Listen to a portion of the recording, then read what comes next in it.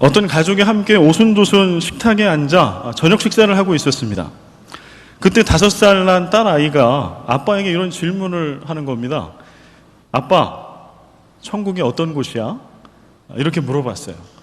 여기 자녀를 키워보신 분들 많이 계시죠? 아이들이 어렸을 때 이런 질문 곧잘 하지 않습니까? 여러분이라고 하면 뭐라고 대답을 하실까요? 아빠, 천국이 어떤 곳이야? 여러 고민들이 많이 될 겁니다. 제가 정답을 가르쳐 드리겠습니다. 이거 쉽게 공개를 안 하는데 오늘은 특별한 날, 5월 가정의 달에 시리즈 설교를 계속하고 있는데 오늘 마지막 5째 주 설교이기 때문에 정답을 여러분들에게 가르쳐 드리겠습니다. 그때 그 아버지가 이렇게 이야기를 했어요. 딸아, 천국은 말이야 우리 집 같은 곳이야. 이렇게 얘기를 했답니다. 여러분, 앞으로 여러분들의 자녀들이 여러분들에게 물어보면 주저없이 이렇게 말씀하십시오. 천국은 우리 집 같은 곳이야. 그러나 천국 같은 가정을 먼저 이루셔야 되겠죠. 그래서 오늘 이 짧은 1시간의 예배지만 말씀을 통해서 천국 같은 가정은 어떤 가정인가, 말씀 속에서 여러분 그 정답을 좀 찾아가시고 우리들의 가정이 천국 같은, 하나님의 나라가 임한 그런 가정 같은 그런 가정이 모두 다 되어지기를 소망을 해봅니다. 그래서 어떤 사람은 이렇게 얘기를 해요. 천국 같은 가정에 대해서, 가정은 미리 누리는 천국이다. 그래서 우리가 하나님의 나라는 이런 곳이야 라고 아이들에게 가르쳐 주지 않아도 우리가 천국 같은 가정을 신앙 가운데서 잘 세워가면 우리 자녀 세대들이 천국은 이런 곳이구나, 하나님 나라는 이런 곳이구나 라고 그것을 가슴으로 믿고 또 그런 삶을 살아간다라고 하는 이야기겠죠. 여러분 기억나시는지 모르겠지만 5월 첫째 주일에 가정에 관한 설교를 하면서 제가 이런 말씀을 드린 적이 있어요. 하나님께서 이 세상에 만드신, 창조하신 세 공동체가 있다. 가정과 교회와 하나님의 나라가 있는데 이 세 공동체는 하나의 동일한 원리로 운영되고 다스려진다. 이런 말씀을 드렸습니다. 그래서 가정에도 하나님의 나라가 임해야 합니다. 이게 천국 같은 가정이죠. 교회에도 하나님의 나라가 임해야 합니다. 그러면 천국 같은 교회가 되겠죠. 그래서 오늘 이 말씀을 통해서 바라건대 세상에 어떤 평범한 그런 가정, 상처 입은 가정 그대로 있는 것이 아니라 우리 마닐라 새생명교회 가족들이 사는 그 가정은 천국 같은 가정, 하나님 나라가 임한 가정, 그런 가정 되어지기를 소망해 봅니다. 그렇다고 하면 천국 같은 가정의 모습은 어떤 모습일까요? 이게 우리의 숙제죠. 어떤 모습이 과연 하나님의 나라가 임한 가정의 모습일까요? 3가지 면에서 좀 보려고 합니다. 첫 번째는요, 누가 주도권을 가질 것인가? 라고 하는 질문입니다. 누가 주도권을 가질 것인가? 누가 주인인가? 여러분, 하나님 나라의 주인은 누구일까요? 하나님이시죠. 하나님 나라의 주인은 하나님이 분명합니다. 그래서 하나님이 주인 되시는, 그래서 하나님의 법과 식으로 다스려지는 나라가 하나님의 나라입니다. 그러면 천국이 임한 가정의 주인은 누구일까요? 하나님이시죠. 하나님입니다. 근데 보통 일반 가정, 제가 이 원고를 몇 번 수정을 했어요. 처음에는 넌 크리스찬 가정, 크리스찬 가정 이렇게 비교를 했는데 제 신앙 양심상 정말 크리스찬 가정들은 다 그런가? 넌 크리스찬 가정은 다 그렇게 형편없나? 그렇지 않거든요. 넌 크리스찬 가정 중에서도 복음이 없을 뿐이지 건강한 모범적인 가정이 많이 있습니다. 사실은. 그 다음에 크리스찬 가정이라 할지라도 교회를 다니지만 신앙이 아직 어리고 여리기 때문에 천국 같은 가정이 아니라 좀 피하고 싶은 가정이 있을 수도 있습니다. 그렇기 때문에 제가 넌 크리스찬 가정을 일반 가정 이렇게 좀 바꿨습니다. 그래서 일반 가정과 크리스찬 가정 이렇게 나눌 때 여러분들 목사님이 지금 이런 이야기를 하는구나 이렇게 이해하시면 되겠습니다. 일반 가정에는요, 결혼할 때부터 주도권 쟁탈전이 벌어집니다. 그렇죠? 여러분들 가정에도 혹시 그러셨나요? 누가 주인인가? 처음에는 애교로 벌어져요. 신혼 때 서로 간에 누가 주도권을 가질 건가라고 좀 다투는 거는 사실 애교죠. 애교. 그러나 이게 나중에 커지면 진짜 가정의 무슨 대소사를 결정하고 의사결정을 할 때 진짜 주인이 누구지? 라고 하는 데까지 발전하게 된다고 하는 거죠. 여러분 신혼 때 그런 거 안 해보셨나요? 저도 이제 결혼 날짜를 앞두고 있으니까 교회 오빠였거든요, 제가. 그 김동호 목사님 심우하셨던 동안교회 청년 시절에 제 아내를 만났는데, 그때 청년부의 선배들이 그런 얘기를 하는 거예요. 저한테는 그 남자 청년 선배들이 저한테 와서는, 형채야, 너 결혼해서 주도권을 절대 뺏기면 안 된다. 첫 부부싸움을 잘해야 된다. 처음에 죽어도 네가 양보하면 안 된다. 네가 잘못했어, 아무 상관없어. 무조건 우겨, 무조건 이겨. 뭐 저한테 그런 얘기를 해주시는 거예요. 그래서 그냥 그런가 보다. 제 아내에게는 또 자매들이, 누나들이 그런 얘기를 해줬겠죠. 야, 너 결혼해서 혹시 형차랑 한번 붙으면 네가 잘못한 일이 있더라도 끝까지 이겨라. 그런데 이게 처음에 이렇게 시작하죠. 나중엔 어떻게 될까요? 그 한 사람이 가정의 왕 노릇을 합니다. 근데 가정의 왕은, 크리스찬 가정의 왕과 주인은 누구인 거예요? 하나님이시죠. 하나님 뜻대로, 예수 그리스도의 뜻대로 무엇인가 의사결정을 해야 돼요. 자녀들의 미래에 대해서 계획을 할 때도, 우리 가정이 재정을 쓸 때 어떻게 써야 되는가를 결정할 때도 크리스찬들은 주님이 원하시는 게 뭔가를 생각하죠. 그러나 우리가 시작부터 첫 단추를 잘못 꿰서 누가 주인인가를, 남편이 주인이냐 아내가 주인이냐로 시작하게 되면 그 가정은 믿음 없는 가정과 똑같은 가정으로 된다라고 하는 겁니다. 오늘 에베소서 5장 20절과 21절 말씀에 보면 이렇게 쓰고 있어요. 우리 같이 한번 읽어볼까요? 범사에 우리 주 예수 그리스도의 이름으로 항상 아버지 하나님께 감사하며 그리스도를 경외함으로 피차 복종하라. 오늘 이 말씀, 특별히 21절에 그리스도를 경외함으로 피차 복종하라라고 하는 말씀은요, 그 뒤에 계속 이어지는 말씀은 가족관계, 인간관계에 대한 말씀이에요. 그래서 가족관계, 남편과 아내, 부모와 자식, 상종과 종의 관계, 이런 모든 인간관계, 가족관계 속에서 중심이 되는, 이 축이 되는 말씀이 21절입니다. 피차 복종하라. 피차 복종하라. 그런데 이게 참 이해가 되지 않아요. 왜 복종해야 되지? 왜 내가 능력도 안 되고 신앙도 안 되고 외모도 안 되고 여러 가지로 안 돼 부족한 그에게 내가 왜 복종을 해야 되지? 이게 이해가 되지 않습니다. 그런데 20절과 21절에 그 이유를 쓰고 있죠. 계속 등장하는 단어가 20절에도 21절에도 등장하는 단어는 주 예수 그리스도예요. 그리스도를 경외함으로, 우리 주 예수 그리스도의 이름으로. 가정의 주인이 누구라는 거예요? 우리 주 예수 그리스도예요. 예수 그리스도가 우리의 가정이기 때문에 어느 누구도 주인 노릇할 이유가 없다. 그러니까 싸울 이유가 없는 거죠. 그 얘기가 피차 복종하라라고 하는 거예요. 복종하라 그러면 우리가 좀 거부감이 느껴져요. 왜냐하면 왜 복종이라는 게 좀 우리를 억압하는 것 같고 우리의 자유를 뺏는 것 같잖아요. 이거 다른 말을 좀 순화시켜 보면은요, 주도권을 넘겨준다 이거예요. 이게 복종하는 겁니다. 내가 남편이면 아내에게 내 주도권을 넘겨주는 거예요. 사랑으로. 이게 바로 복종하는 겁니다. 아내라고 하면 남편에게 내 주도권을 넘겨주는 거예요. 이거를 또 다른 말로 고린도전서 7장 4절은 이렇게 쓰고 있습니다. 아내는 자기 몸을 주장하지 못하고 그 남편이 하며, 남편도 그와 같이 자기 몸을 주장하지 못하고 오직 그 아내가 하나니. 그래서 이 말씀은 그냥 단순히 부부가 잠자리를 할 때 누가 우선권을 갖느냐 이것만을 이야기하고 있지는 않아요. 부부관계, 가족관계에 있어서 남편을 주장하는 거는 누가 주장해야 돼요? 아내가 남편을 주장해야 돼요. 그 다음에 아내는 누가 주장해야 돼요? 남편이 주장해야 돼요. 그래야 건강한 가정, 천국 같은 가정이 될 수 있다고 성경은 이야기합니다. 우리가 에베소서 5장 말씀에 좀 오해하는 것 중에 하나가요, 아내들에게 주시는 말씀이 아내는 남편에게 순종해라, 복종해라 이런 말씀이 있죠. 이게 늘 아내들, 자매들에게는 부담이 되는 말씀인데, 그리고 형제들은 이거 가지고 아내들을 공격하잖아요. 야, 너 성경에 이렇게 써 있는데 너는 도대체 권사식이나 돼가지고 도대체 교회 가서 뭘 듣냐? 너는 왜 나를 이렇게 호구로 하냐? 뭐 이런 말씀 하잖아요, 남편들이. 이거 잘못된 거예요. 성경을 잘못 해석하는 겁니다. 아내들이 남편들에게 복종하라, 순종하라라고 하는 말씀은 그 이전에 어디에 걸리는 거 하니 죄송합니다. 어디에 걸리는 거 하니 피차 복종하라에 걸려요. 그러니까 아내만 남편에게 복종하는 게 아니라 인간관계, 가족관계에는 모두가 서로에게 복종하게 돼 있어요. 이 이치를 우리는 먼저 알아야 합니다. 그래서 남편은 아내에게 그럼 어떻게 복종할까요? 사랑으로 복종합니다. 사랑으로.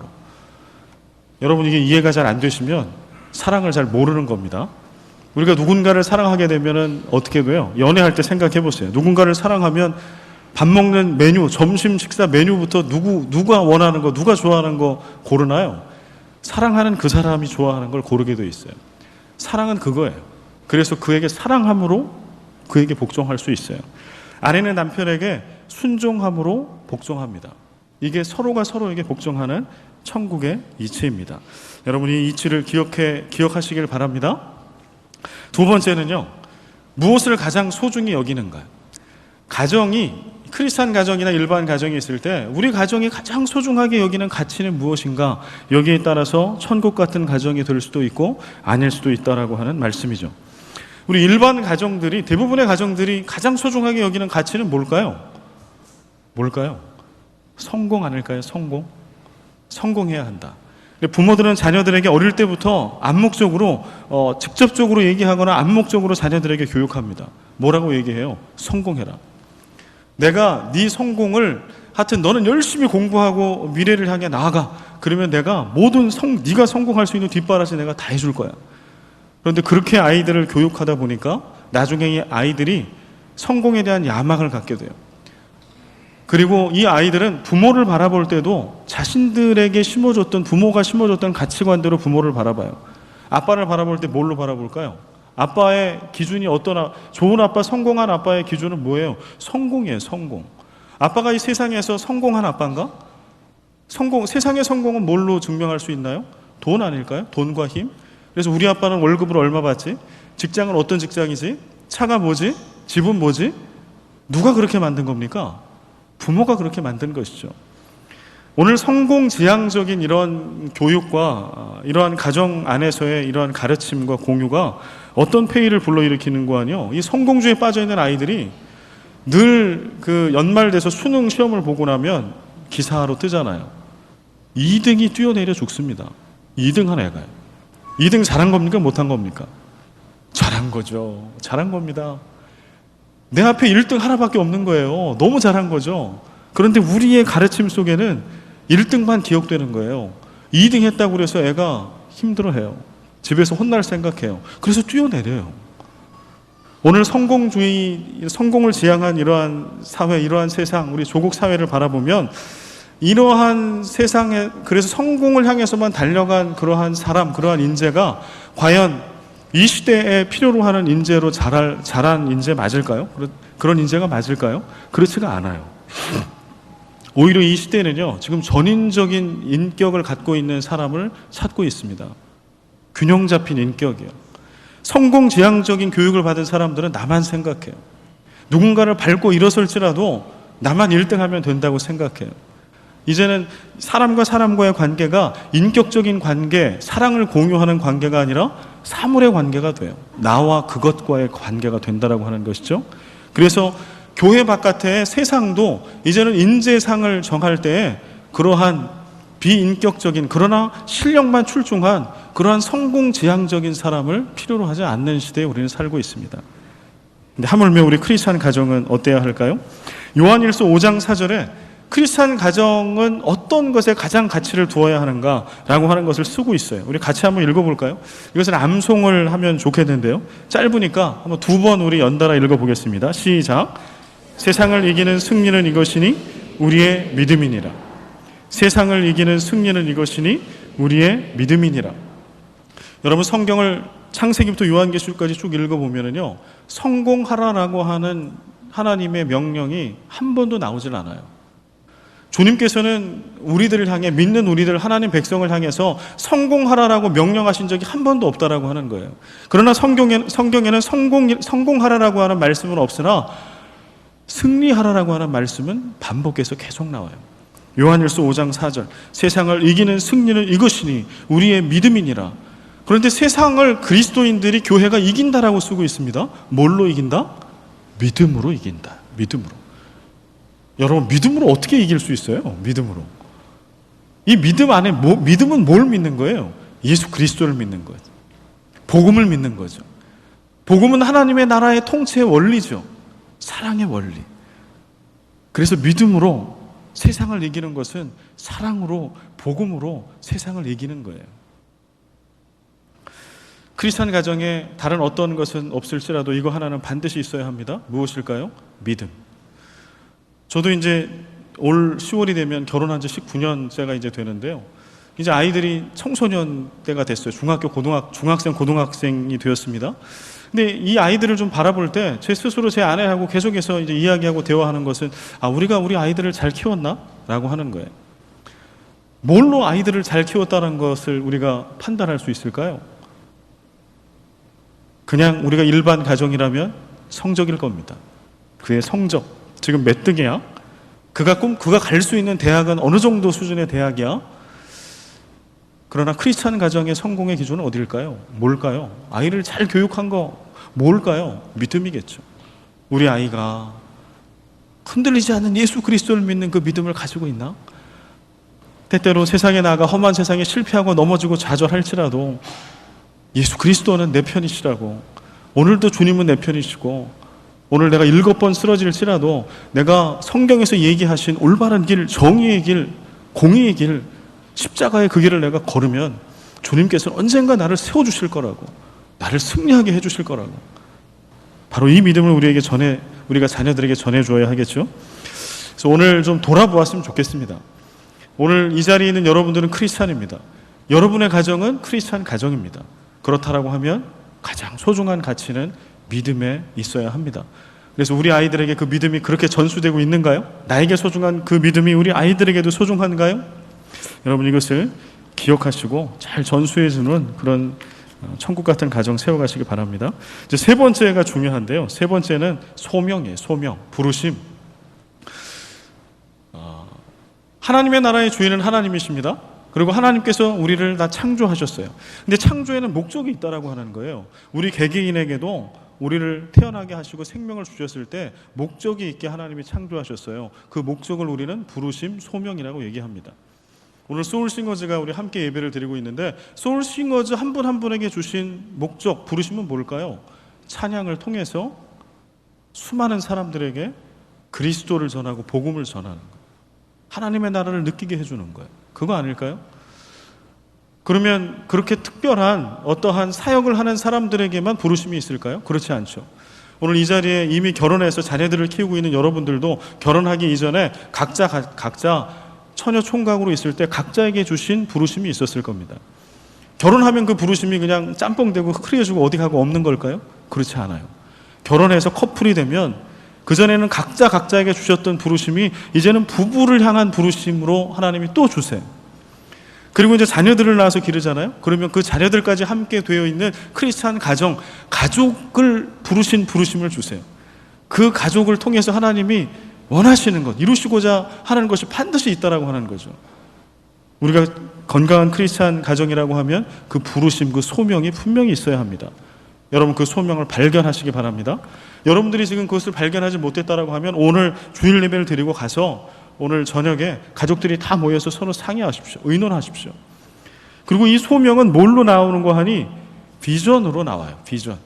소명은 구체적으로 비전 스테이트먼트, 비전 선언문으로 나옵니다.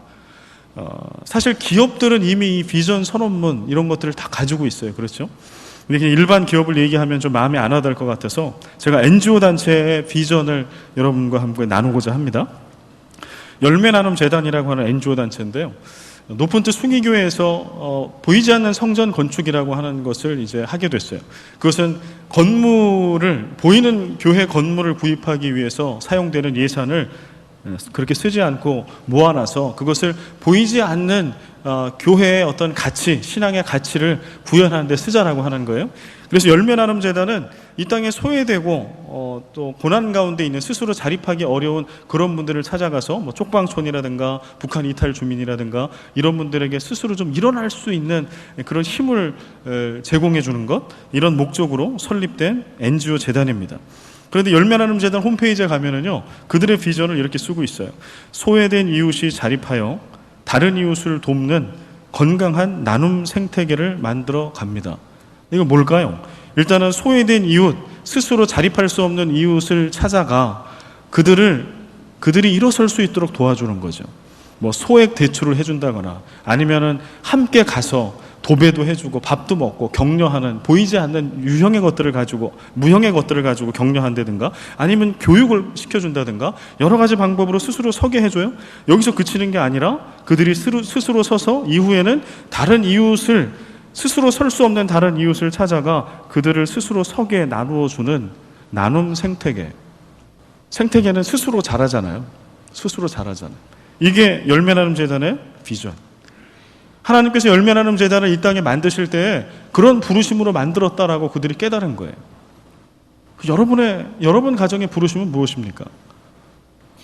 NGO 단체, 어떤 한 단체의 부르심은 스스로 자립할 수 없는 사람을 서게 해서 여전히 서지 못하는 사람을 돕는 자로까지 만들겠다라고 하는 게 그들의 비전이에요.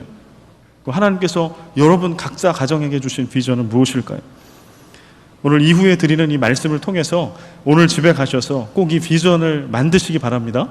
우리 가정은 이런 비전을 가지고 하나님이 주셨다. 우리 이런 가정을 만들어 가자. 이렇게 나누시길 바랍니다. 말씀 보겠습니다. 창세기 9장 1절 말씀인데요.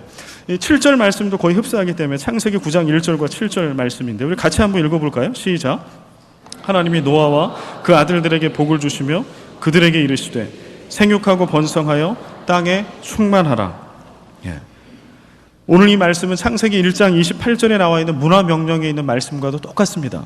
뒤에 정복하라 다스리라만 추가된 것 뿐이지 나머지는 똑같아요. 생육하고 번성하여 충만하라. 내가 너희에게 복을 준다. 생육하고 번성하고 땅에 충만하라. 근데 이게 좀 가슴에 와닿지 않아요. 그리고 실제로 인류 역사를 볼 때 특히 제국주의 시대에 많은 서구 열강 크리스찬들이 이 말씀을 오해했어요. 마음껏 힘이 있으면 부셔도 되고 내 마음껏 부려도 되고 내가 다 내 것으로 취해도 된다라고 이 말씀을 해석했어요. 그래서 아프리카에 식민지들이 생긴 겁니다. 동남아시아 필리핀도 서구 열강의 오랫동안 식민지였습니다. 우리 조국 대한민국 조선도 마찬가지였죠. 이것은 말씀을 잘못 해석한 오해죠.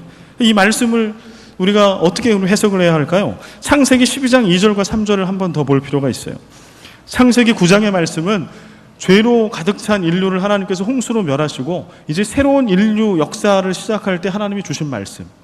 창세기 12장 2절과 3절은 하나님께서 가나안 땅으로 아브라함을 부르시면서 그 땅에 거룩한 하나님의 나라를 그를 통하여 세우기 시작하실 때 처음으로 주신 말씀. 사실은 같은 말씀이에요. 그런데 해석이 다른 것이죠. 한번 보겠습니다. 창세기 12장 2절과 3절 읽습니다. 시작. 내가 너로 큰 민족을 이루고 내게 복을 주어 내 이름을 창대하게 하리니 너는 복이 될지라. 땅의 모든 족속이 너로 말미암아 복을 얻을 것이라 하신지라. 아멘. 생육하고 번성하고 땅에 충만하고 땅을 정복하고 다스려. 왜? 뭘 하라고 그래요? 뭘 하기 위해서 충만해야 되고 다스려야 돼요? 그게 창세기 12장 2절 3절이에요. 뭘 하기 위해서? 너는 복이 될지라. 땅의 모든 족속이 너로 말미암아 복을 얻을 것이라. 이 땅에 있는 모든 사람들, 믿지 않는 사람 포함한 이 땅에 있는 모든 열방과 심지어는 자연 생태계까지도 예수 그리스도를 믿는 믿음의 사람들이 모여있는 믿음의 가정, 크리스찬 가정을 통해서 복 주시기를 원한다는 거예요. 하나님께서. 이게 모든 크리스찬 가정들의 마땅한 부르심이에요. 어느 가정이나 똑같이. 이 말씀을 한 번 더 구체적으로 풀어보겠습니다. 첫 번째, 생육하고 번성하여 땅에 충만하라. 이것은 5대양 6대주 모든 지리적인 환경을 뛰어넘어서 가는 곳곳마다 바로 그곳에 하나님이 주인 되시는 하나님의 십과 법이 통용되는 그런 나라를 세워가라고 하는 것이죠. 첫 번째는 지리적인 거예요. 세상의 모든 장소. 근데 참 우리 마닐라에 살고 있는 우리는 감사한 게 하나님께서 우리의 자의가 아니라 하나님의 뜻이 계셔서 우리를 이 대한민국 조국 땅에서 필리핀 땅으로 옮겨주셨잖아요. 적어도 우리는 대한민국 땅에만 있는 분들보다는 지경이 넓어진 거예요. 필리핀까지. 우리를 통해서 하나님이 어떤 꿈을 갖고 계실까요? 필리핀 땅에 있는 사람들, 이 땅을 축복하시기를 원하고 계시는 거죠. 우리를 통해서 복 주시기를 원하고 계시는 것이죠. 근데 이게 필리핀에만 머물면 되겠습니까? 우리 지경을 넓혀야 하겠죠. 저 5대양 6대주 열방을 바라보십시오. 전 우리 교회 선교의 영역이 온 세계를 향했으면 좋겠습니다.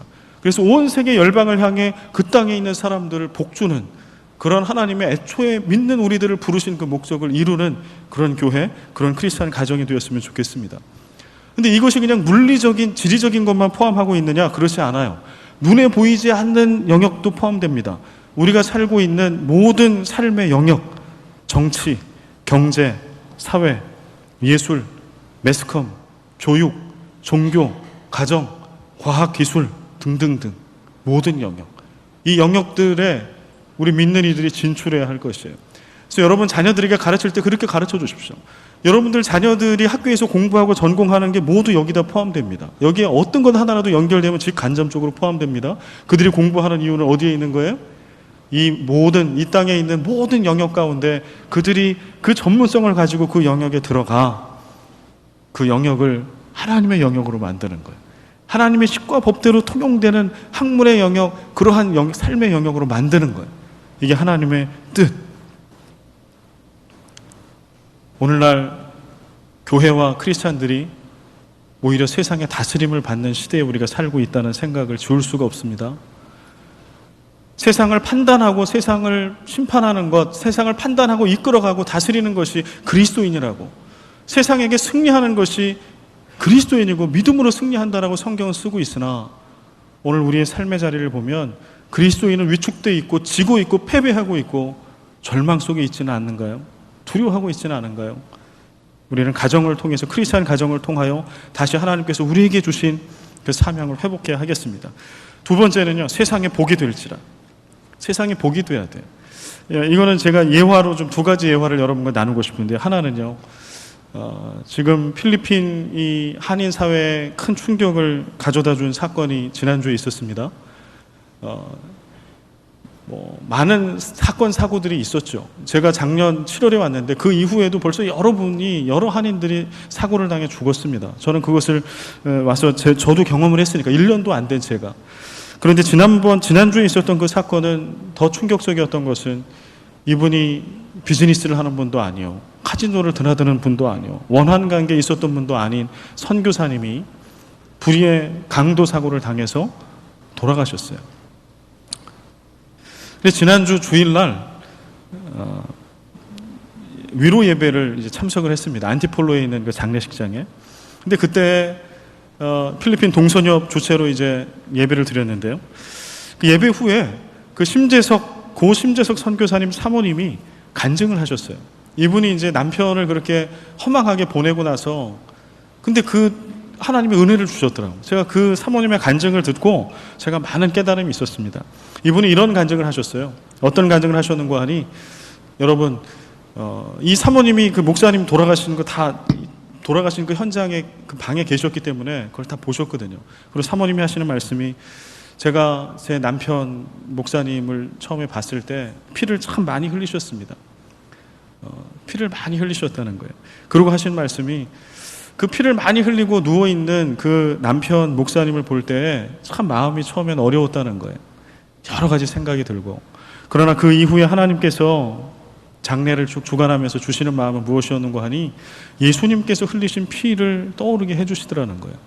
예수님이 십자가에서 구원의 피를 흘리신 것처럼 우리 하나님께서 우리 남편의 피를 이 필리핀 땅에 흘리게 하시는구나. 흘려진 예수 그리스도의 피를 통하여 그 위에 우리는 영생과 생명을 얻었습니다. 맞습니까? 그래서 오늘 선교를 하시는 선교사님들은 그 믿음을 다 가지고 있죠. 선교사님의 믿음뿐만이 아니라 이건 모든 그리스도인들의 믿음이죠.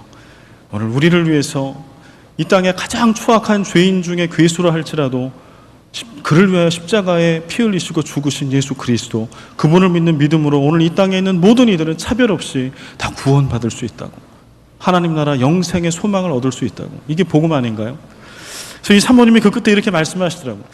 하나님께서 필요하셔서 겉으로 드러나는 사건은 비참하고 마음 아프지만 우리 목사님, 선교사님의 피를 이 땅에, 이 필리핀 땅에 흘리게 하셨습니다. 저는 확신합니다. 이 피 위에 생명과 복음의 역사가 일어날 것을 저는 믿습니다. 이런 말씀을 하셨어요. 참 마음에 와닿았습니다. 저는 이 땅에 있는 크리스찬 가정들이 그 믿음이 있어야 한다고 확신합니다. 우리를 위해서 우리 가정을 하나하나 보면 부족하죠. 아까 말씀드린 것처럼 믿지 않는 가정도요, 웬만한 크리스찬 가정들보다 더 좋은 미션 스테이트먼트, 비전 스테이트먼트를 가지고요, 그렇게 살아가는 가정도 많이 있어요. 그들과 비교하면 우리가 부끄러워질 수 있어요. 그러나 그들이 갖고 있지 않은 것을 우리는 갖고 있어요. 피 묻은 예수 그리스도의 십자가요. 그리스도의 피 위에 우리 크리스찬 가정들이 세워져 있다라고 하는 사실이에요.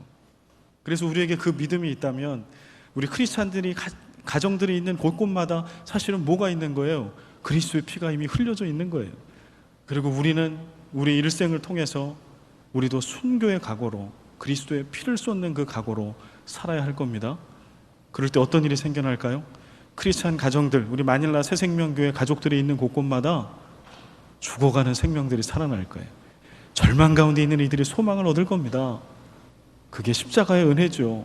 그게 크리스찬 가정이 갖고 있는 승리하는 믿음의 힘이죠. 또 하나 좀 간증을 나누려고 합니다. 이렇게 신방을 하다 보니까, 가정 신방과 직장 신방 하다 보니까 참 멋진 분들이 많이 있어요. 그런데 우리는 이제 개인을 이렇게 개인이 드러나는 거, 우리는 그런 신앙이 아니잖아요. 그래서 우리 하나님 한 분만 높인다 그래서 최대한 우리가 절제하는데, 그래도 실명을 이야기하지 않고 제가 드러나지 않는 선에서 최대한 한번 해보겠습니다. 이분이 이제 필리핀에 딱 와서 보니까 우리 교회 성도님 얘기인데요. 우리 집에, 각각의 집에 어느 정도만 살면 다 드라이버, 아떼, 야야들이 있잖아요. 우리 필리핀 형제 자매들이. 우리는 그들의 도움을 받고 있지 않습니까? 그런데 이렇게 대화를 해보면 이분이 요분 때만 드라이버가 아닌 거예요. 대대로 드라이버를 했던 거예요. 한 달에 한 20만 원도 되지 않은 월급을 받는 할아버지도, 그 할아버지도 아떼를 하는 분들은 할머니의 그 할머니도 계속 아떼를 했던 경우가 대부분입니다. 그래서 이분들이 애초에 학교에서도 그런 교육을 받는다고 제가 들었고요. 그 다음에 소망이 없는 거예요. 왜냐하면 나도, 내 자녀들도 뭐 해야 돼요? 드라이버 해야죠. 그렇게 먹고 살아야죠. 근데 이분이 그걸 보고서 마음에 걸림이 됐다는 거예요.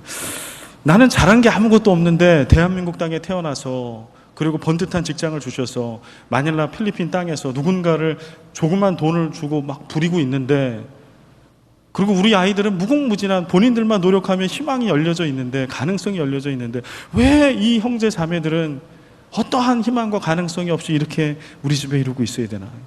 그게 의문이 들었답니다. 그리고 기도하기 시작했다는 거예요. 그리고 이제 그분이 한 것은 무엇인가 하니, 그 드라이버의 자녀가 있잖아요. 그 자녀를 불러서 너 공부하고 싶냐? 네 공부하는 걸 내가 도와주겠다. 대신에 너 꿈을 가져라. 인생의 계획을 가져라.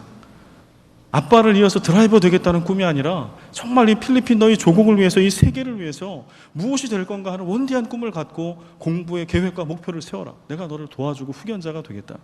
그래서 그렇게 지금 이미 시작한 걸로 제가 알고 있습니다. 근데 이게 어떤 한 분의 이야기가 아니라 우리 교회 성도님 중에 여러분들이 그런 일을 이미 하고 계세요. 직장을 운영하고 기업을 운영하시는 분들은 종업원들을 가족처럼 여기고, 내가 내 덕에 너희들이 먹고 사는 게 아니라 여러분 덕분에 제가 필리핀 땅에서, 이 남의 땅에서 여러분 덕분에 제가 잘 먹고 잘 삽니다. 고맙습니다. 그래서 어떻게 하면 이들을 편하게 해줄까? 보이지 않는 혜택들을 흘려보내주고, 하나님이 주신 그 건강한 이윤들을 몫을 또 떼서 나눠주고, 이런 분들이 우리 교회 안에 얼마나 많이 있는지 모릅니다. 여러분들이 비즈니스를 한다면 제가 얘기한 이런 분들의 예를 따라가십시오. 여러분들이 가정 가운데 평범하게 살아간다라고 하면 제가 말씀해드린 그런 것들을 따라가십시오. 여러분 오늘 집에 가서 가족회의, 가족예배 꼭 드리세요.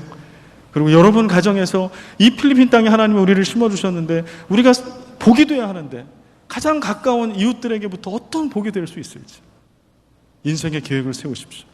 그리고 오늘부터 달라지십시오. 세상을 살리는 복이 되는 크리스찬 가정 세워가시기를 주님의 이름으로 간절히 축원을 드립니다. 이제 우리 시간에 좀 같이 기도했으면 좋겠습니다. 우리 같이 기도할 때 우리들의 가정을 좀 돌아보고요. 하나님, 이런 원대한 위대한 크리스찬 가정의 비전을 하나님께서 부르심을 우리에게 주셨는데, 하나님 그냥 그저 그렇게 우리 가족 잘 먹고 잘 사는데 만족하고 있었던 부족함을 바라봅니다. 하나님, 크리스찬 가정으로서 부족함이 없는 하나님의 부르심에 합당한 삶을 살게 하여 주시옵소서. 세상의 모든 영역들에 하나님이 주인 되시는 그것을 선포하는 그러한 하나님의 나라를 세우는 삶을 살게 하시고, 세상에 복이 되는 우리 가정이 되게 하시옵소서. 세상에 복이 되는 우리 교회가 되게 하시고, 세상에 복이 되는 우리 교회 새생명 가족의 기업들이 되게 하여 주옵소서.